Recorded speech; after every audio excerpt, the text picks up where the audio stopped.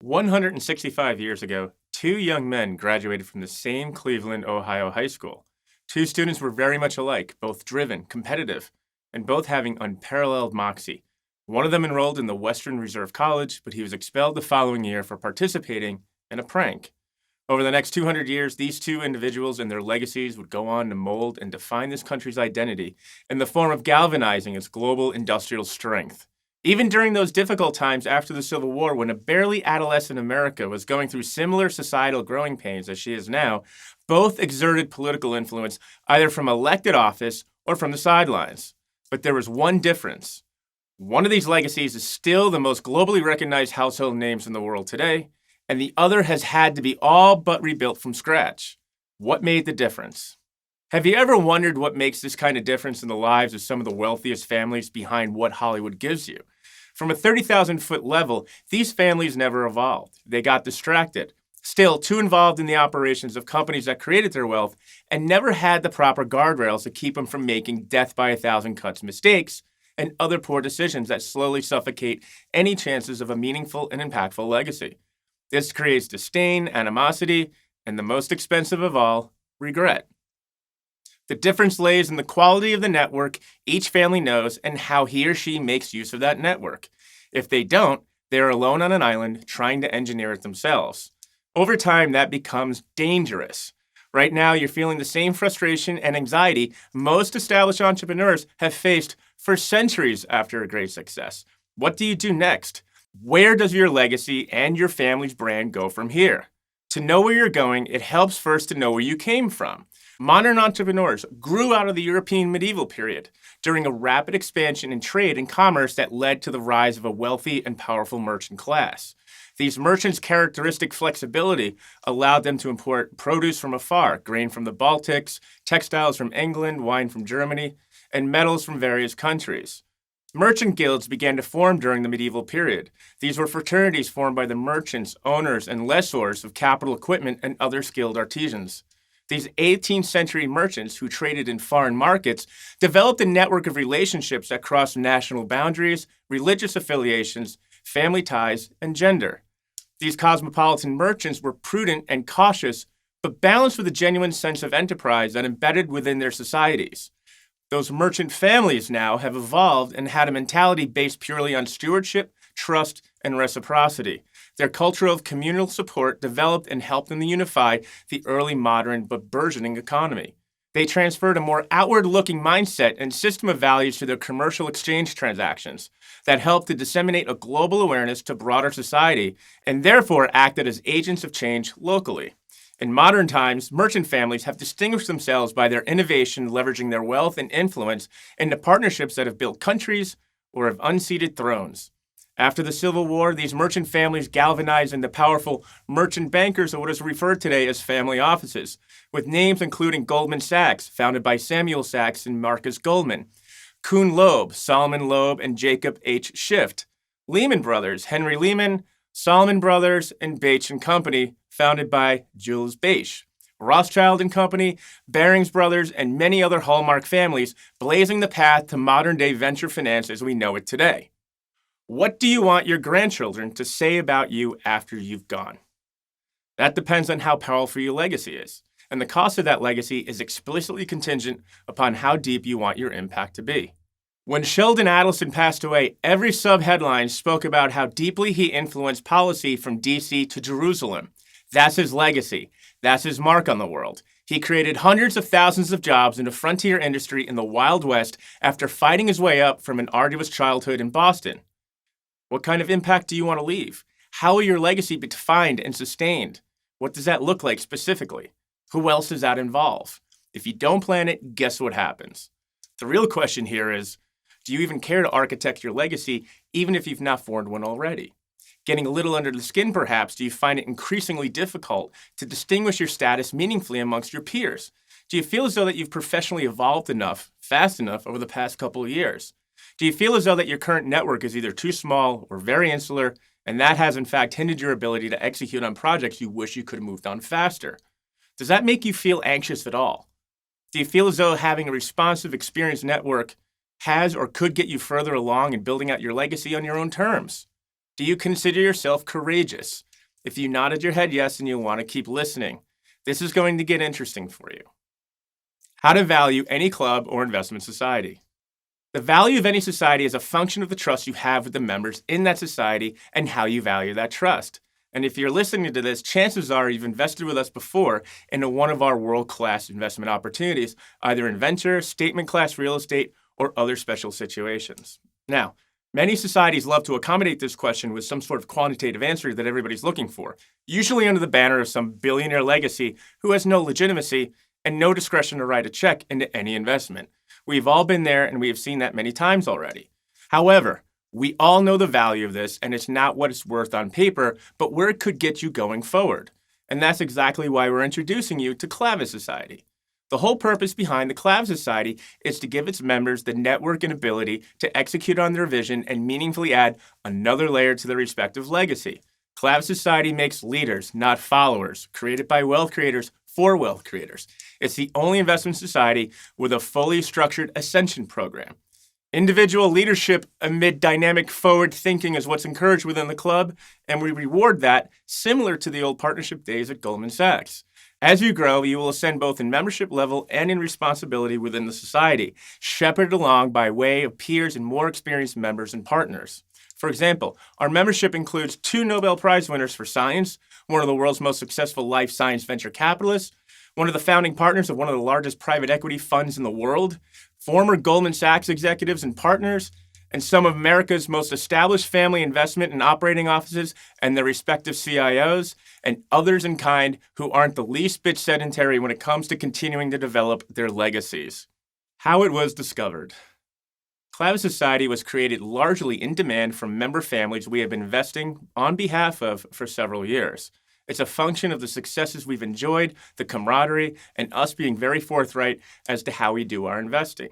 Established entrepreneurs want to see how we execute on these deals and understand our decision-making process so they too can become professional investors and allocators in their own right by understanding and mastering the alchemy of buy-side finance. For example, during the pandemic, we achieved some notoriety as all of our earlier stage venture and real estate deals were all performing well, and some of our peers had lost everything. What did we know that they didn't? How were we able to execute so well during the pandemic? Clavis was principally designed during a pandemic to be functional during a pandemic should the intimacy of meeting in person at our world-class penthouse headquarters come to an abrupt halt again, which means all the benefits, accoutrements, tchotchkes can still be enjoyed from afar. Anecdotally, based on our experience working with some of you already just on the transactional side, we can see a certain unmistakable confidence knowing that you're in control of what you're investing into. That's what we want to expand upon. Why we're different. Many of the clubs that you hear today survive in name only to have been franchised and diluted with newer, less sophisticated entrants. You know it when you see it. Here's why, and we'll let you in on the secret here. These clubs are usually filled with members who are, at worst, once were one-hit wonders and are complete novices when it comes to investing in other industries, all of whom are being led around by the nose by fundraisers who paid to speak in the room to these inexperienced folks. There is no line of interest, that is, in my experience and the experience of my co-founding partners here, the number one reason why an entire legacy gets wiped out. Right now, experienced entrepreneurs and newer emerging families are being targeted by sell-side investment professionals who have an asymmetric alignment of interests, no substance, and certainly no value system that is proven to have sustained these for any period of time. Who can blame them? We're in the midst of the greatest wealth transfer in the history of the world since Genghis Khan. Much like a realtor, though, the relationship stops after the sale. Caveat emptor, if anything goes wrong, you're on your own. Understand that these commissioned salespersons, usually broker-dealers in this case, just want you to invest. If you don't like what's in their left pocket, well, wait until you see what's on their right pocket, and then you can be sure it's even more special. Honestly, though, if you look closely, the hype distracts from the hard questions you should be asking, but don't know to ask. After a few bad deals, you're no better off than where you started years ago. Consequently, an elevated peer group keeps the guardrails on and makes decision-making easier, which in turn legitimizes your legacy much faster in ways most people would never have been able to do alone or even imagined. Right now, plenty of your contemporaries all have problems they need to solve for. Based on our experiences, almost all of those problems could be solved with a more robust network. Think about it. There comes a point when you can no longer merely throw capital at something, and expect anything meaningful to happen. We've all been there.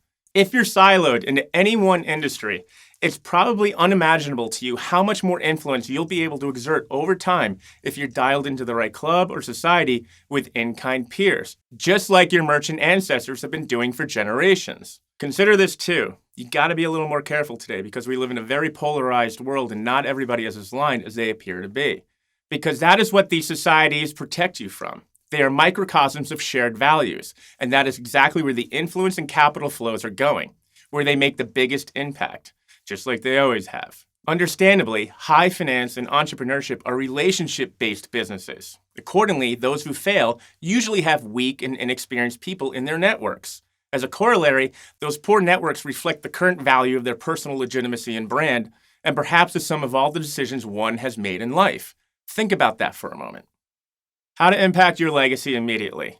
One Clavis Society connection could be easily the missing link between you and an unimaginable success in securing another layer to your legacy, whatever you imagine that to be. Most entrepreneurs and emerging families treat their legacy like their health, only to react when something goes wrong. They never evolve. They do nothing. They're stuck in some superstitious investment habits that will continue to silo them off from their more competitive contemporaries. If this does work, it usually only works until the wealth creator hits a health-related crisis personally, then loses interest in operating the business altogether. They get burned out.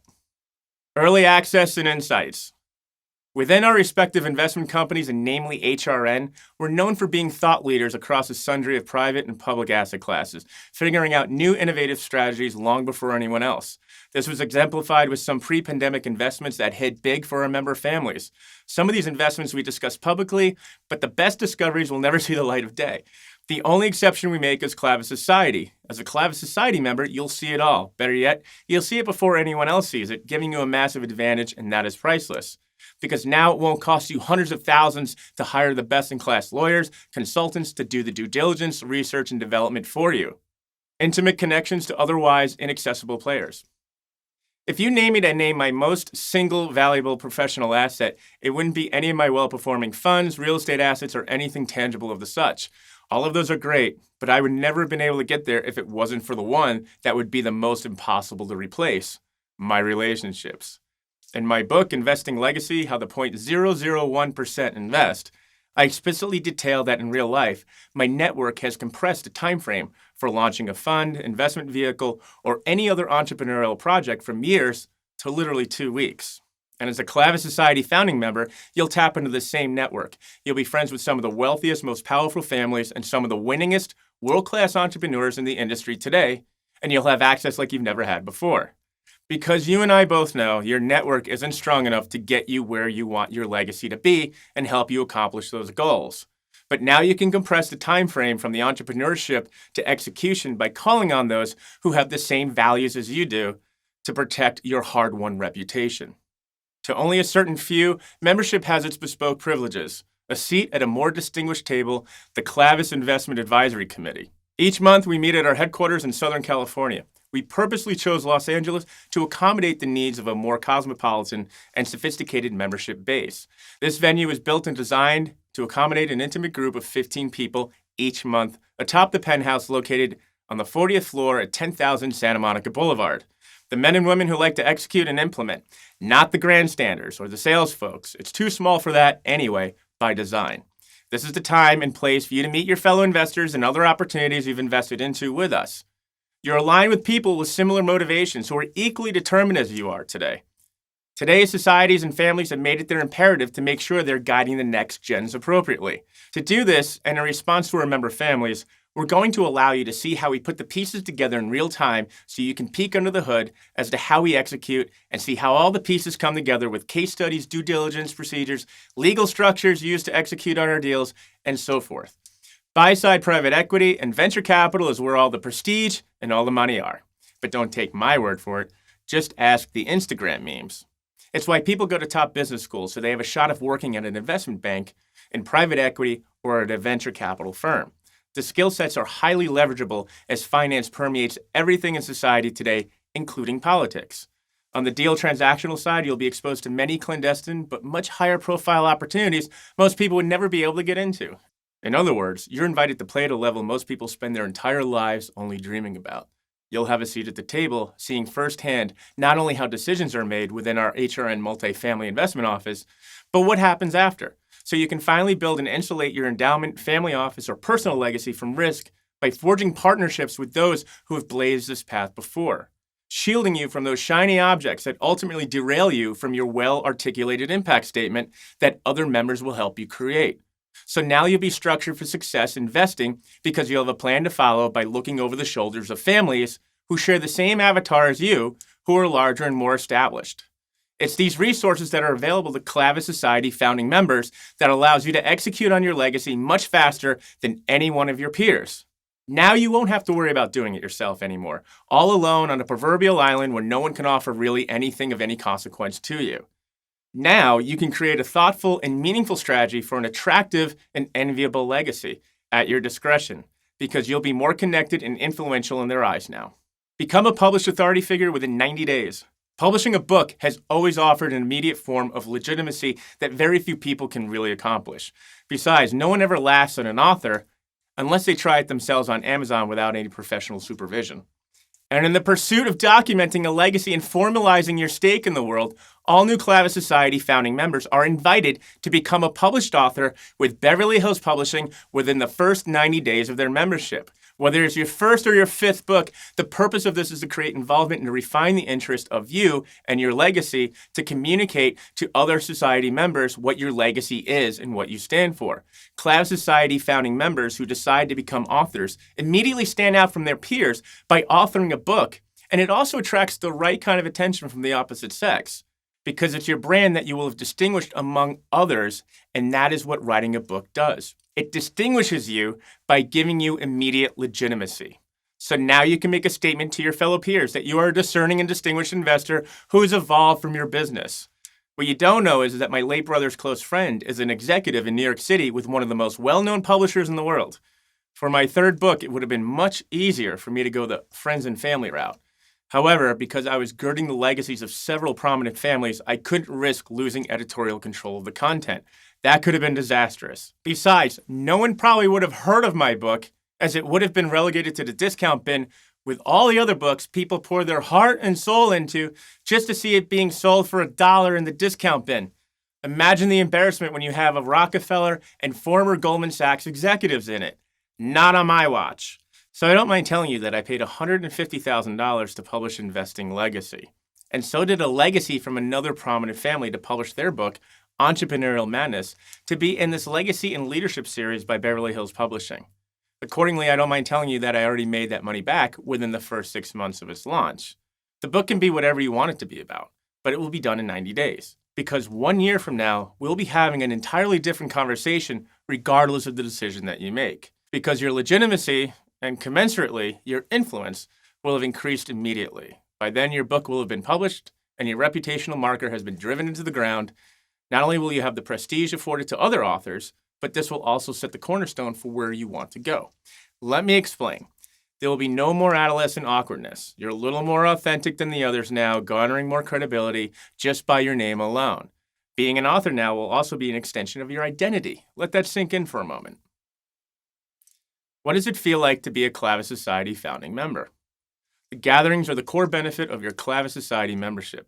We meet monthly in Los Angeles. While you're not required or even expected to attend every meeting, we do ask that you attend at least 3 meetings during your 12-month membership. These meetings, in essence, will force you to concentrate and focus on your legacy instead of your day-to-day business dealings, distraction-free. Just 1 day a month, without interruption, whether in person with us and your fellow society members live in Los Angeles or over Zoom, will take your legacy much further than most who, although have the resources, haven't evolved enough to the point where they can take their hand off the rudder for a moment, because discretionary time is the ultimate luxury amongst the 0.001%. We execute on deals using a variety of structures. Nothing is untested or theorized. You get to see how we're doing this, looking over our shoulders as we lead by example, doing all the blocking and tackling until we get it across the finish line. For those who would have often thought about setting up their family investment offices the same, this is the real magic you want to pay attention to here, because it's no longer elective to do it yourself. You have too much at risk besides money. We both know this. More consequently, you must be willing to execute on the amazing ideas and opportunities. You must be willing to quarterback some introductions. If not, then please don't apply. Because one great idea or introduction executed is worth 1,000 ordinary ones and can put you, your personal brand, and your legacy in an entirely different place 10 years from now. Case in point, I will tell you I would not have the well-performing Danju Partners Encore Ventures Fund if I had not connected with my two other partners 7 years ago. That was the genesis for the Clavis Society, and it's just one example of the many impactful relationships you've read about in my book. Therefore, executing on a single strategy from the Clavis Society can return your entire year's investment in a moment. For the inaugural class of the Clavis Society, the opportunity to publish a book with Beverly Hills Publishing will only apply to the first 15 accepted applicants due to capacity and making sure all founding members get their first book out within 90 days of joining. After that, newer members will not have the privilege of becoming an author with other Clavis founding members and will be subject to the same full retail rate given to the public. How membership works. When ordinary invitations are sent out, it's the desire of the host that all who receive the invitation accept it and are able to attend. Not so with this invitation. There's an application process beyond just financial means. This is because money is no longer the barrier to entry today for most world-class opportunities, using professional sports and league ownership as an example. And just like pro sports, most of these opportunities, as you are aware of, are more discerning as to who they let in. Because if we're going to be referring you to people, then we want to know a little bit about you. We trust each other with our reputations as we do with each other's wallets. It's the culture that is the most important to us, and less is more. Clavis Society is not for most, and frankly, some people who apply will not be accepted. Just like the old days of the New York Stock Exchange, we've structured our membership to only have 15 seats, because that's all we can accommodate at our new headquarters at 10,000 Santa Monica. After that, you'll have to wait an entire year for a Clavis founding member to drop out first before another slot becomes available. Membership to the Clavis Society is by invitation only and is only offered a few times each year. Since Investing Legacy was published, we've received hundreds of requests to join. And for the first time, we're formally opening the society to new founding members. If you've invested with us before, then you've been waiting for this now for a while. For the others, think about it. Every day you don't take action, the risk of that inaction to your legacy compounds and is usually paid later in the form of desperate decision-making to invest in something or with someone, because you don't have guardrails and not much else besides a weak, inexperienced network. We saw this in 2001, most recently in 2008, where mistakes were made and wealth was completely wiped out in less than a year. Why not leverage the collective influence of a society to form your impact statement and hold you accountable to making sure you don't veer off the path by being distracted? Much like building a business, you need to start executing on your legacy now before the market or other sell-side investment professionals start implicitly making those decisions for you. The sooner you start thinking about your future and what it looks like on your terms, the sooner you can start putting the pieces together, and that is the fun part. Working with other in-kind families and established wealth creators to create a movement together. You'll be miles ahead of your directionless peers. So you have a few choices now. You can do nothing and become another statistic. You can start another business and start all over again because that's what you've done before and it feels like your only option right now. Or you can become a Clavis founding member and master how to become a professional investor and network amongst legendary investors and families. Become immersed and transformative. What about those two high school students I mentioned at the beginning of this letter? One was Marcus Alonzo Hanna, a prominent U.S. politician and senator from Ohio, who also pioneered the modern-day golf ball. The other is John D. Rockefeller. If you and I were to have a talk exactly 1 year from now, what will you have accomplished to make you feel as though you've done something meaningful? Because any of the changes or decisions you make now will put you and your legacy in an entirely different place 20 years from now. We invite you to join us in this movement now to become one of the few to join Clavis Society as a founding member. Please see if you qualify by clicking the button below. Thank you.